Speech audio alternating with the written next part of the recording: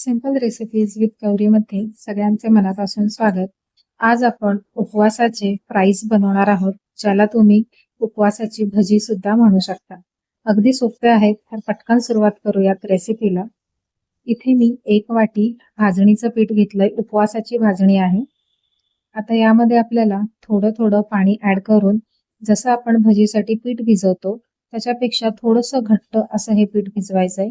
अगदीच खूप जास्त घट्ट किंवा अगदीच खूप जास्त पातळ असं ठेवायचं नाहीये. पाणी जसं लागेल तसं पाणी आपल्याला घ्यायचंय. आधी आपण याच्या गुठळ्या मोडून घेणार आहोत आणि मग आपल्याला जितकी घट्ट कन्सिस्टन्सी हवी आहे तेवढं पाणी आपण यामध्ये घालणार आहोत.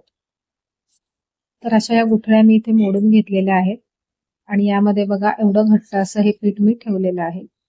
आता यामध्ये आपल्याला घालायचं आहे चवीपुरतं मीठ. तुम्ही इथे सेंधव मीठ उपवासाला जे वापरतात ते सुद्धा वापरू शकता. मीठ घातल्यानंतर आपण पुन्हा एकदा मिक्स करून घ्यायचं आहे. त्याच्यामध्ये सोडा किंवा गरम तेल टाकायची काहीच गरज नाही. भाजणी छान भाजलेली असते, त्यामुळे छान कुरकुरीत भज्या होतात. स्लायसरवरती गोल बटाटे कापून मी असे उभे काप करून घेतलेले आहेत.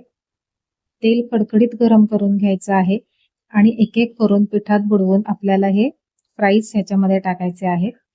पण हे भजी तळताना एक स्लाइस टाकल्यावरती ती पूर्ण वर आली की मग दुसरी घालायची आहे, कारण ही उपवासाची भाजणी आहे. यामध्ये साबुदाण्याचं पीठ असल्यामुळे त्याला चिकटपणा आहे. तुम्ही जर एका पाठोपाठ एक लगेचच स्लाइस बटाट्याच्या तेलात सोडलात तर त्या एकमेकांना जाऊन चिटकून त्याचा गोळा होऊ शकतो.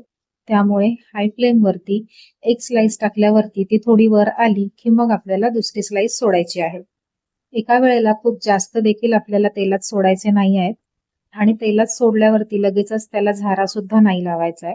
छान हलका गुलाबी रंग आला की मग आपल्याला ते सगळीकडून छान सोनेरी रंगावर तळून घ्यायचंय.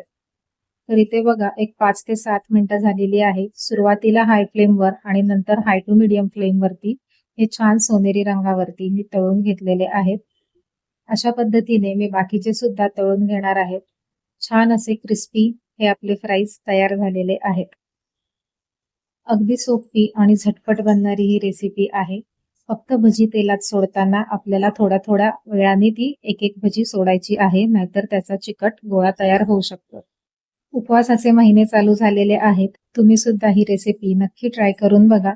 रेसिपी कशी वाटली हे कमेंट करून नक्की कळवा. आवडली असेल तर व्हिडिओला लाईक करा, शेअर करा आणि अशाच सिंपल आणि सोप्या रेसिपीज बघण्यासाठी सिंपल रेसिपीज विथ गौरी या चॅनलला सबस्क्राईब करून बेल आयकॉन सुद्धा प्रेस करा. पुन्हा भेटूया नवीन रेसिपी सोबत. नमस्कार.